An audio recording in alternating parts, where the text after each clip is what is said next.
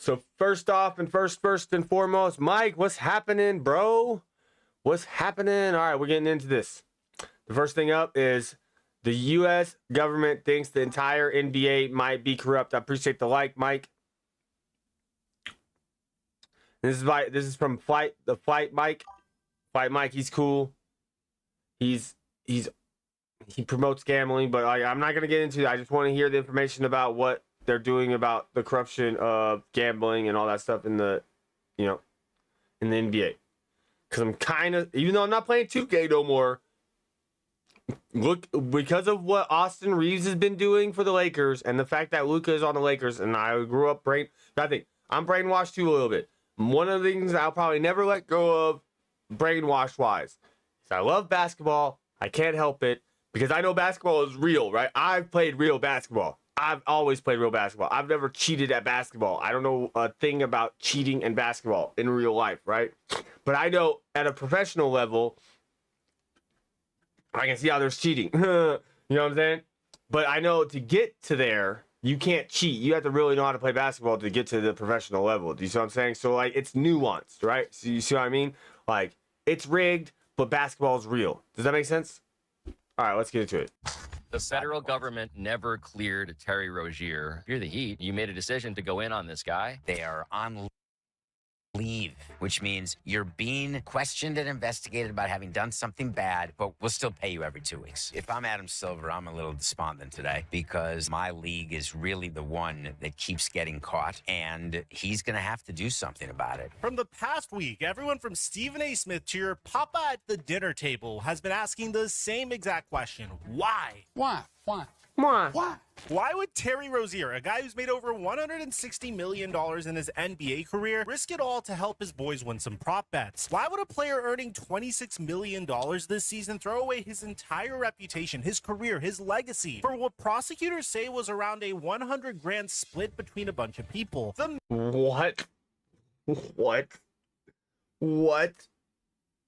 Math just simply wasn't mathing. The risk versus reward was completely upside down. It was like watching someone rob a bank for 20 bucks. Sports media spent days trying to figure it out. What? Was it addiction? That Was makes it stupidity? no sense. Was it greed? Charles Barkley and Kenny the Jet Smith literally got into an argument. I am actually perplexed about the number he just said.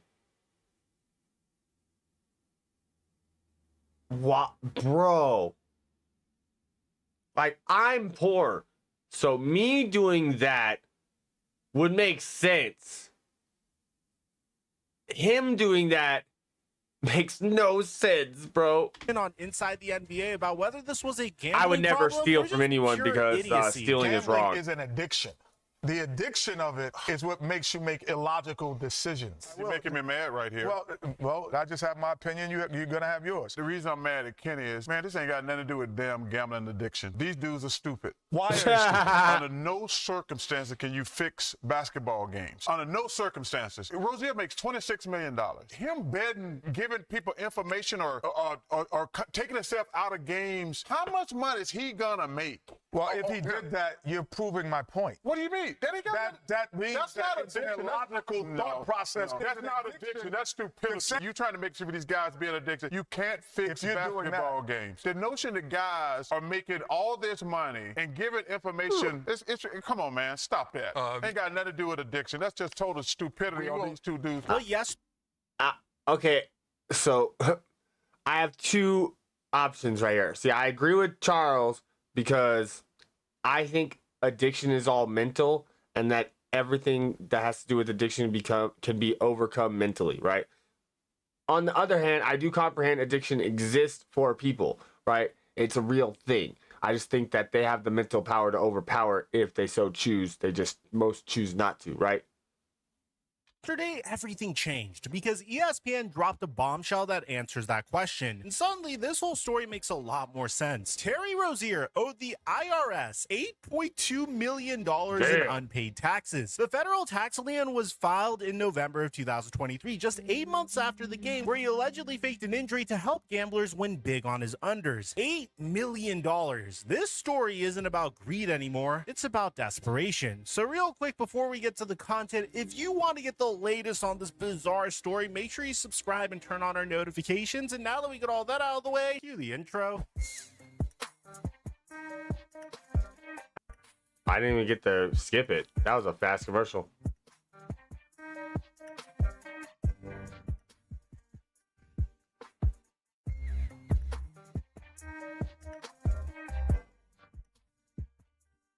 Mic check 1 2 1 2. What's going on, everybody?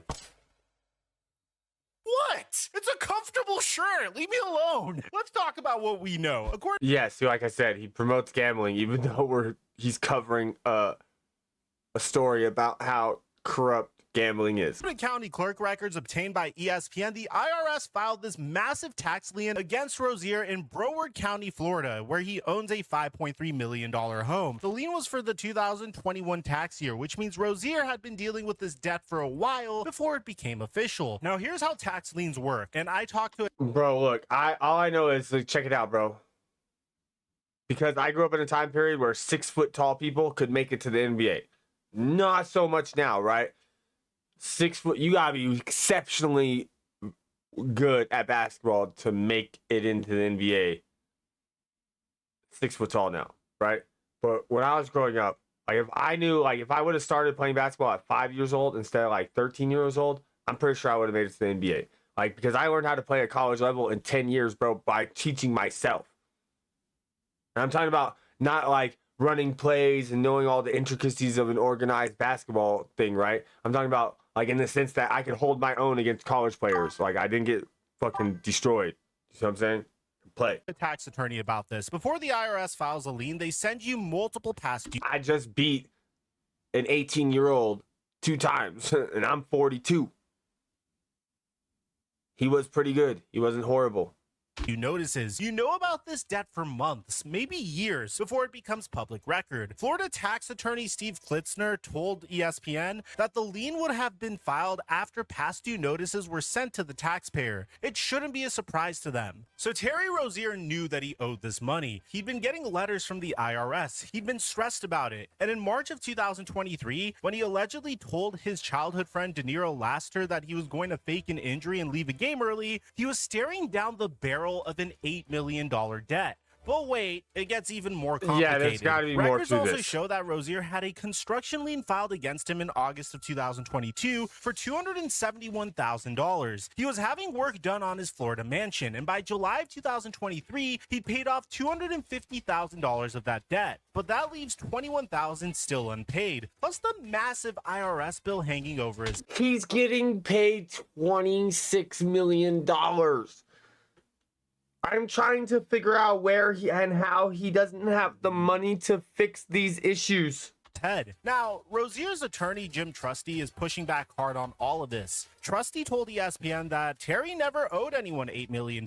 He owed $9,000 of the total $8 million in taxes from 2021, and it has been paid. We just need the IRS to help remove the now defunct lien. But here's the thing, and I want to be really clear about this. Okay. Trusty hasn't provided any clear documentation to back up this claim. The lien is still on file with the county clerk. By law, the IRS has to remove a lien within 30 days of the debt being paid, and there's no lien release on record. So either Rozier still owes this money, or the paperwork is in process, or Trusty's telling the truth and the IRS just hasn't caught up yet. I don't know. The IRS is just as corrupt as this story, bro. But let me tell you something about the IRS. They don't file $8 million tax liens for $9,000 debts. That's not how this works. Tax liens are public records. They're nuclear options. The government doesn't throw around 8-figure liens unless if they mean it. So let's assume for a second Well, I that don't Terry know. Rozier really did owe something close to that $8 million figure. Maybe not the full amount, but millions. Now we have to think about the timeline.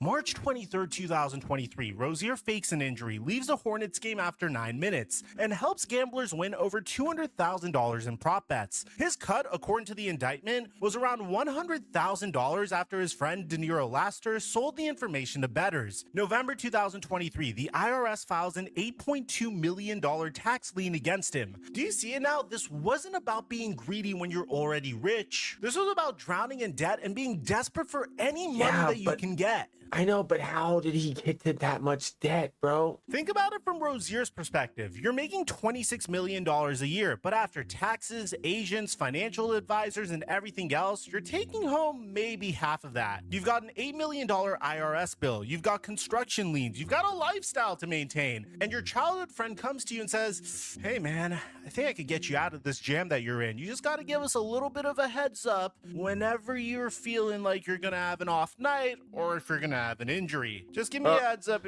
You can have an off night whenever you want. I can easily miss the ball or mess up dribbling anytime I want. That's easy.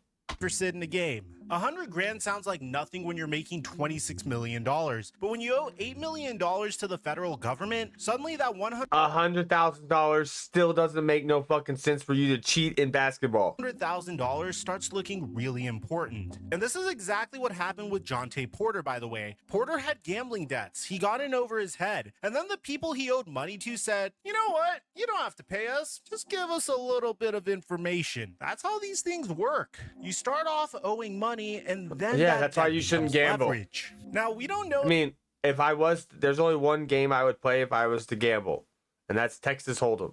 Any other game is not worth it. There's no point in playing that game.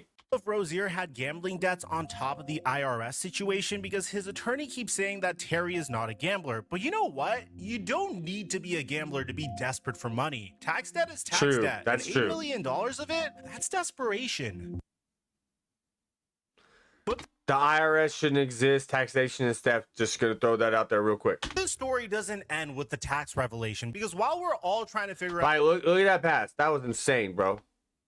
but this That's story such a doesn't dumb end that's with not the even tax a real. That makes revelation, no because while sense. we're all trying to figure out why Rozier did what he allegedly did, there's a massive fight happening right now between the NBA and the Players Association, and this fight could determine whether Rozier ever plays basketball again. So here's what Probably happened. not. Last week, after Rozier and Chauncey Billups got arrested, the NBA immediately placed both of them on leave. You know how many games I've watched Chauncey Billups play, dude? The fucking fact that he's in this story blows my fucking mind out of the water. That was expected. What wasn't expected was what came Or next. fluid. I don't On know if it's Wednesday, water up in sources here, told you know what I mean? ESPN The that fluid. Terry Rozier and Chauncey Billups would not be paid while they're on leave. Rozier was supposed to get the first installment of his $26.6 million salary this week. Instead, that money is being held in an interest-bearing account pending the resolution of Right, but see, that money could help him pay his $8 million debt.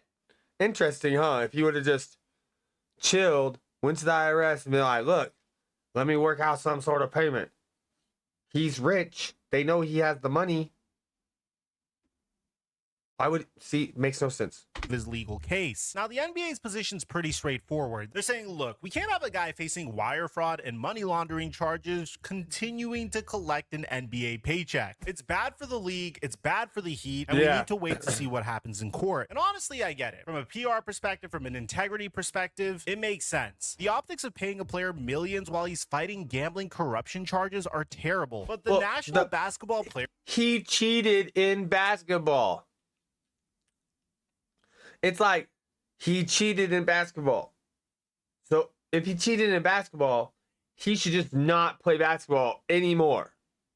And that should go on notice to anyone playing basketball in the NBA that, hey, maybe I shouldn't cheat. Because if I cheat even a little bit, even for $100,000, I might not ever play basketball again in the NBA.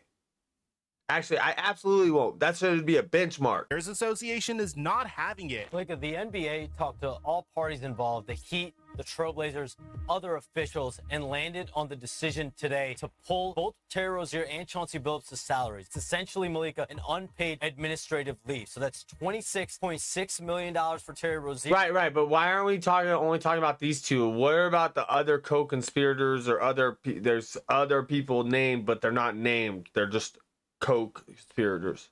And $7 million for Chauncey Billups. Both will not be paid out this season as of now. The one difference between the two, though, my understanding, Terry Rozier's salary will be placed in an escrow. He's going to receive it or not based on the outcome of the FBI charges. Billups' salary, though, is not going to be placed in an escrow. So he's going to lose money. He will not see it per paycheck depending on the outcome and when this outcome will happen. As reported, Terry Rozier and Chauncey Billups' representatives have said they're both innocent, that they're going to fight the charges. I'm told this process could take at minimum 6 to 12 months. The NBPA released a statement through ESPN Shams Charania that basically declared war on the league's decision. Here's what they said. While we are in agreement with the league that upholding the integrity of the game is of the utmost importance, their decision to place Terry on leave without pay is counter to the presumption of innocence and inconsistent with the terms of our collective bargaining agreement. We plan to challenge their decision via the proper channels. Translation is, we're taking this to arbitration and we think we're gonna win. Now this is fascinating because it raises a huge question about what NBA teams can and can't do when players get in legal trouble. The collective bargaining agreement is really clear about certain things. Players have guaranteed contracts. You can't just decide not to pay someone because you don't like what they did. But there are also conduct clauses. Like when John Morant got suspended without pay because he decided to post a story of him flexing a weapon multiple times. Donald Sterling was banned from the NBA permanently, so there is precedent for the league taking action. The question is, does an arrest trigger those clauses, or do you have to be convicted first? The NBPA is arguing that you have to be convicted, that the presumption of innocence means the NBA can't punish you until a court says you're guilty. And technically, they're right. In America, you've heard this multiple times. You're innocent until proven guilty. Supposedly. But the NBA is saying that Supposedly. I don't know. We live actually in the United States. It's,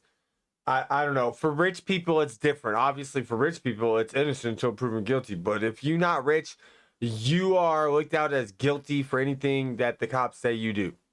And they treat you like you're guilty for the things they say you're doing, even if you're not doing them.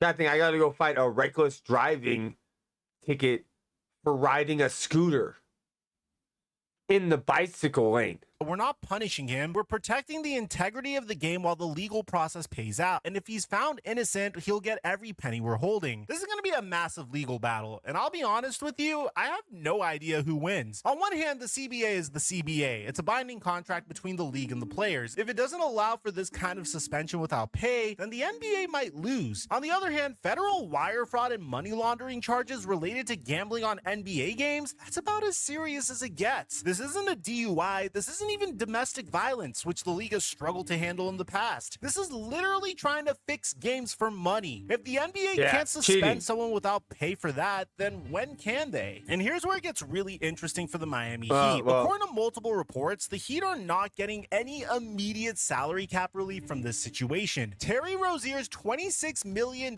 still counts against their cap. They're right up against the luxury tax line, and they can't even sign a 15th man without going into the tax. So the Miami Heat are stuck. They're paying luxury tax on a player that they can't use. They can't replace him. They can't get cap relief. They just have to sit there and hope that this gets resolved quickly. And if Rozier's found guilty, then his contract can be voided, and the Miami Heat can finally move on. But that could take years. Federal cases don't move fast. Jonte Porter pleaded guilty, and he's still waiting to be sentenced. The Heat are in absolute limbo. They gave up draft picks to get Rozier. They were counting on him to be a key. Well, I mean, to be fair, the United States military is kind of shut down right now.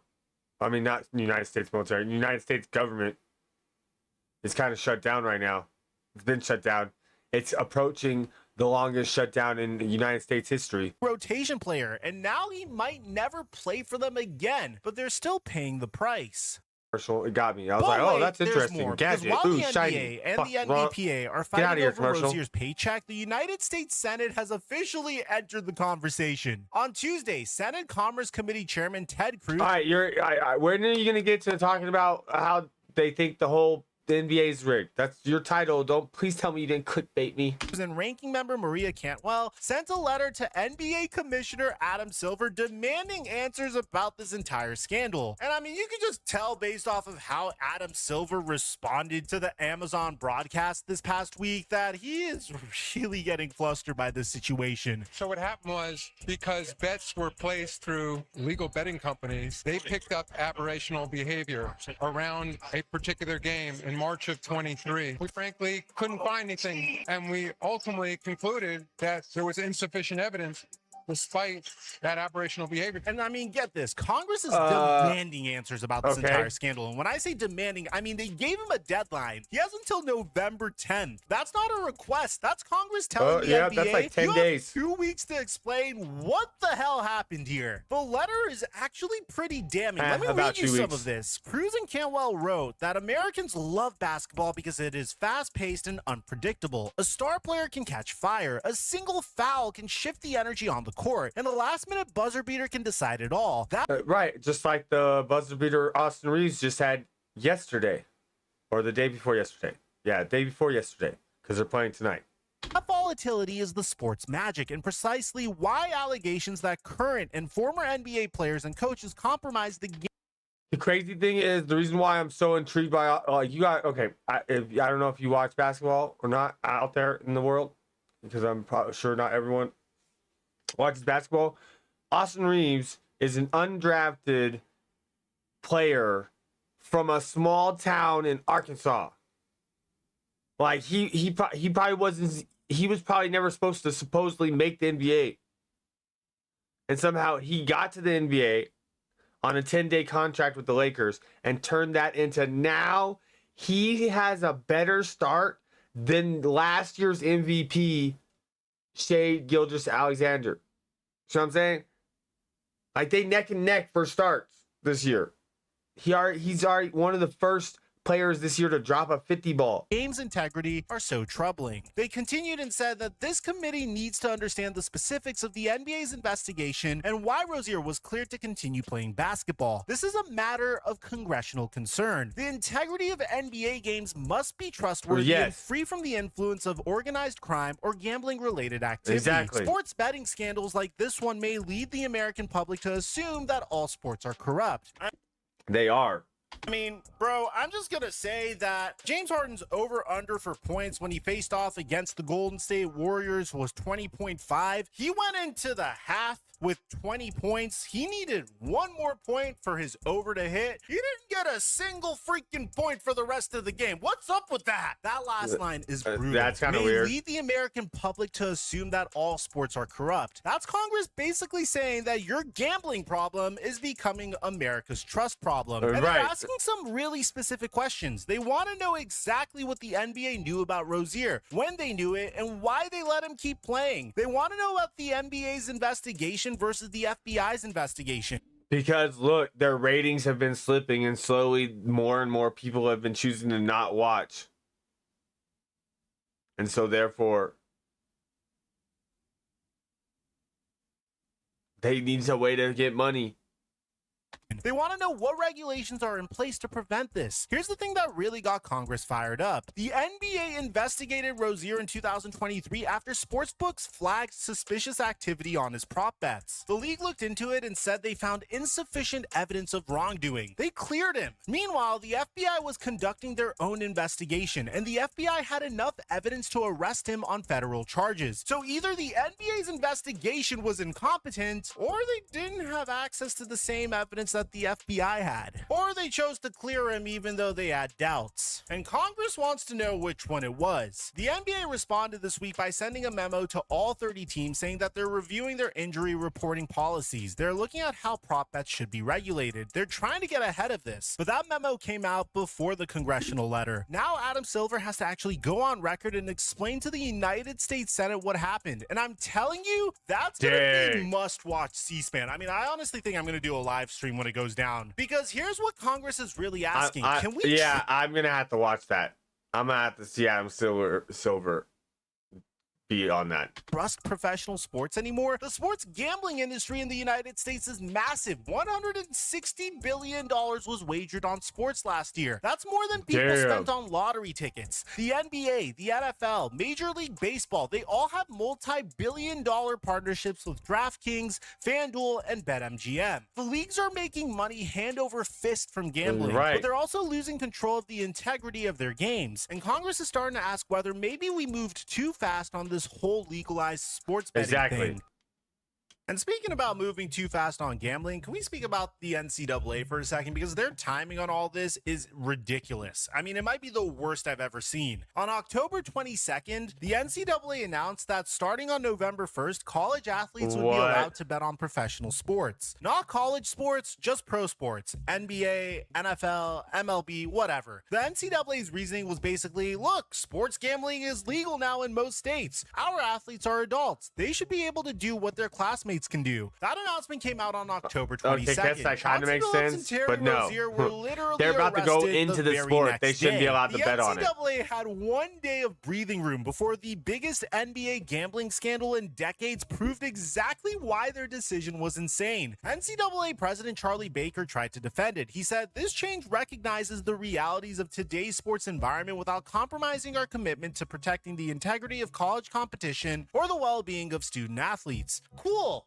Great. But Right. here's the problem. College athletes have relationships with professional players. They work out together. They train together. They're in group chats together. You're telling me that a junior in college who played AAU ball with a current NBA player isn't going to hit him up and say, "Yo, how's your ankle doing tonight?" And that NBA player might say, "Yeah, man, I'm good." Or you might say, "Actually, I'm probably sitting this one out." And boom. Just like that, you've got inside information. Right. Information that could be worth a lot of money to the right people. Right. CNN wrote a piece about this that really nailed the problem. They pointed out that in the federal indictment, Damon Jones sent a text to his co-conspirators saying, "Get a big bet on Milwaukee tonight before the information is out. Player 3 is out tonight." Player 3 was LeBron James. Jones knew LeBron wasn't playing because he worked out with him before games. He had access, and he used that access to make money. Now imagine college athletes with the same kind of access, except they're broke, they're young, and they just got told that it's totally cool to bet on pro sports. Yeah. What could possibly go wrong?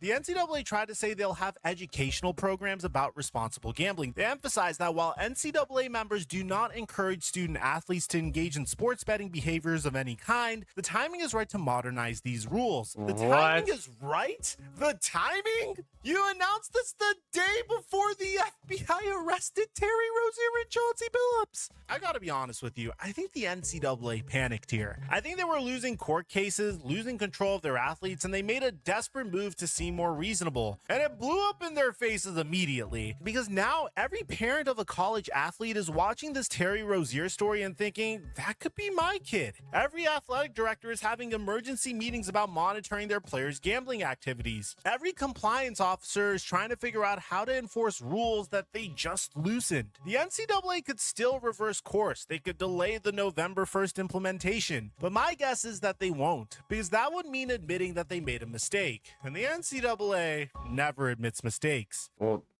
most But you know criminals who's don't. really paying attention to all this? NBA players. And they're starting to realize that the gambling boom isn't just a league problem or a Terry Rozier problem, it's a player safety problem. Jaylen Brown spoke to reporters on Friday, and what he said should worry every single person who cares about the NBA. Brown is the vice president of the National Basketball Players Association, so he's not just speaking for himself, he's speaking for all players, and he is pissed. That whole world was introduced a couple years ago, and I don't think they took players into consideration, especially with the energy and the behavior that goes around, gambling and how that directly correlates with players. We don't benefit from any of the profits or anything like that, but we got to deal with a lot of the extra negativity and scrutiny behind all the gambling stuff. And on top of that, it creates more integrity issues. I don't think yet once from my conversations with the union of the NBA has been like, how can we protect players more with the environment? There's been little to no conversation around that. It's all about how can we increase business and increase revenue. And I'm not sure, if we're having enough conversations of how can, what is the aftermath or the consequences some of that stuff has.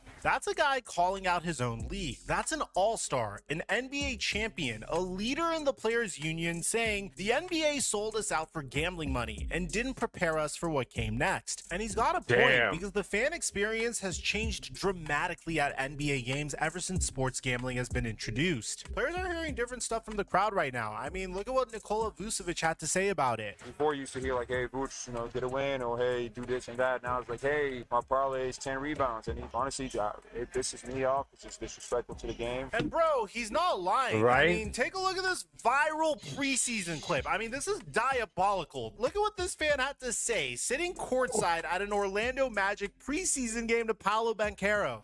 Come on, Pablo. I need 2 more points, homie. 2 more points, you care about parlay.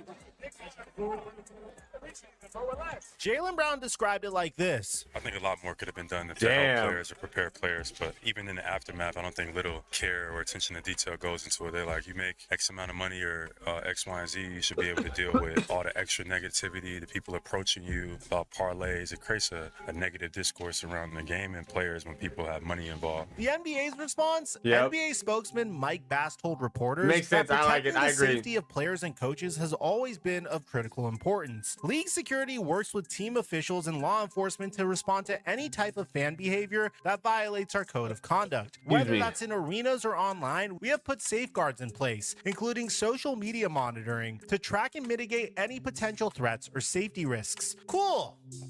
Social media monitoring. Yeah. I'll fix it. Here's the reality. The NBA partnered with gambling companies because it made the money. Direct sponsorship deals between sports leagues and sports books are worth billions of dollars. Teams have betting shops inside their arenas. The league promotes prop bets during broadcasts. There are some YouTubers that are actually sponsored by these companies. What? But the NBA created this environment, and now players are dealing with the consequences while the league counts the money. And here's the worst part. The NBA can't really do anything about it without giving up revenue. Prop bets on individual player performance are the most profitable bets for sportsbooks. Those are the ones that keep people engaged. Those are the ones that make the gambling companies want to partner with the NBA. So the league has to choose. Do they protect the integrity of their game and the safety of their players, or do they keep the gambling money flowing? Right now, it seems like they're trying to have it both ways, and players like Jaylen Brown are calling them out for it. Let me tell you about something that came up in the Pablo Torre podcast that really stuck with me. Torre had former Miami Marlins president David Samson on the show, and Samson explained something that most people don't understand about how teams handle player injuries. Teams literally cannot verify pain. If a player says his foot hurts, what are they supposed to do? You can see swelling, you can see bruising, you can see a cut, but you can't see pain, and this is the exact loophole that Terry Rozier that is true.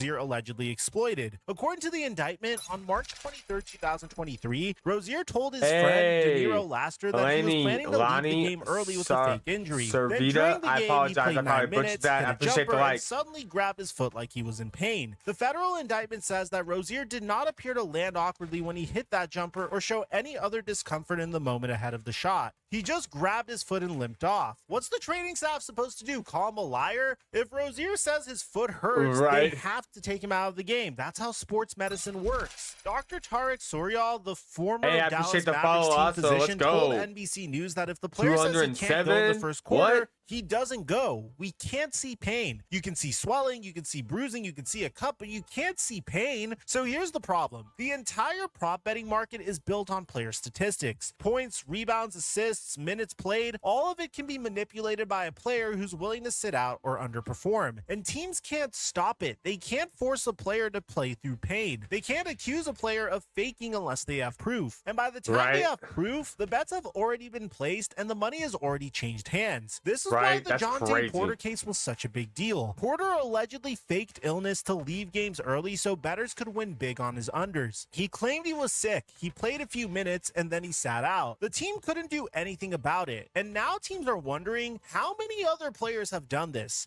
How many times has a guy sat out with a sore ankle or feeling under the weather? Man, are they gonna have to start doing like lie detector tests and shit on fucking NBA players to make sure they're properly playing and not faking injuries? Because someone offered him money or inside information. The NBA says they're reviewing their A lie detector test isn't reliable, but it'd be kind of beneficial.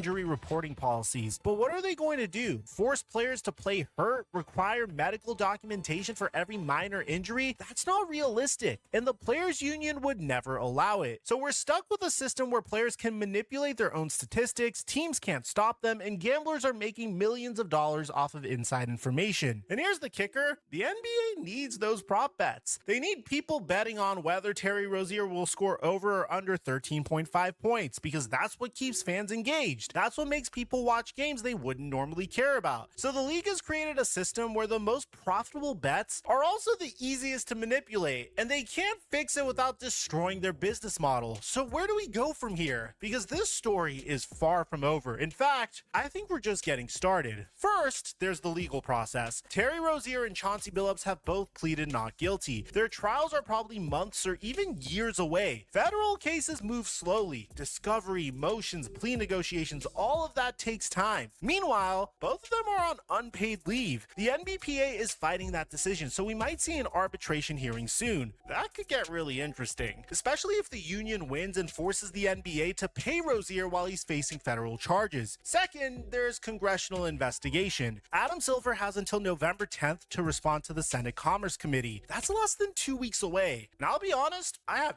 no idea what he's gonna say. I mean, this guy seems to be panicking every single time they ask him about this situation. How do you explain clearing a player that the FBI arrested months later? How do you justify the NBA's investigation finding insufficient evidence when the federal government found enough evidence for wire fraud charges? My guess is Silver is going to point out that the NBA doesn't have subpoena power. They can't force people to turn over text messages or financial records. They have to rely on cooperation. And if everyone involved refused to cooperate with the NBA's investigation, there wasn't much that they could do. But that explanation is going to ring hollow to a lot of people because it basically admits that the NBA can't police its own sport. It admits that they're dependent on the FBI to catch cheaters. And if that's true, then what's the point of the NBA's integrity department? Third, the FBI investigation itself. Remember, the indictment mentions 9 unnamed co-conspirators. We go into this in depth in our previous video. 9 people who were involved in these schemes but haven't been charged yet. Who are they? Are they NBA players? Are they coaches? Are they staff? Are they trainers? We don't know, but the FBI said the investigation is ongoing, so there could be more arrests coming. FBI Assistant Director Christopher Rea called the indictments just the tip of the iceberg. Stephen A. Smith said the same thing. For once, hate to say this, Stephen A. might be right. Fourth, there's the Malik Beasley situation. Beasley was under investigation for gambling-related issues, though his attorney said in August that he's no longer a target. But the fact that the NBA was looking into his betting on other sports shows that this problem is widespread. How many NBA players are betting on sports? How many have shared information with friends or family? We don't know, but the league has to be worried that this is more common than anyone wants to admit. And finally, there's the fundamental question of whether the NBA can survive in this environment. Can professional basketball maintain its integrity while being in business with gambling companies? No, can it fans can't. trust that what they're watching is real competition and not influenced by betting interests? I don't have the answer to that, but I know that trust, once broken, is incredibly hard to rebuild. And right now, a lot of fans are looking at NBA games differently. They're wondering if that weird coaching decision was really about strategy or if someone had money on the game. They're questioning whether that player is really injured or if he's helping his boys hit an under. I'm sorry, but James Harden not scoring a single point in the entire second half against the Golden State Warriors, that's pretty freaking shady. I'm sorry. But that doubt, that suspicion, that's the real damage here. It's not just about Terry Rozier or Chauncey Billups. It's about whether we can trust professional sports at all. But let me know in the comment section down below, what do you guys think about all this? I apologize for the length of these videos. There's just so much to sift through, and I want to bring you guys everything. If you missed our last video and you want to go down this rabbit hole, I highly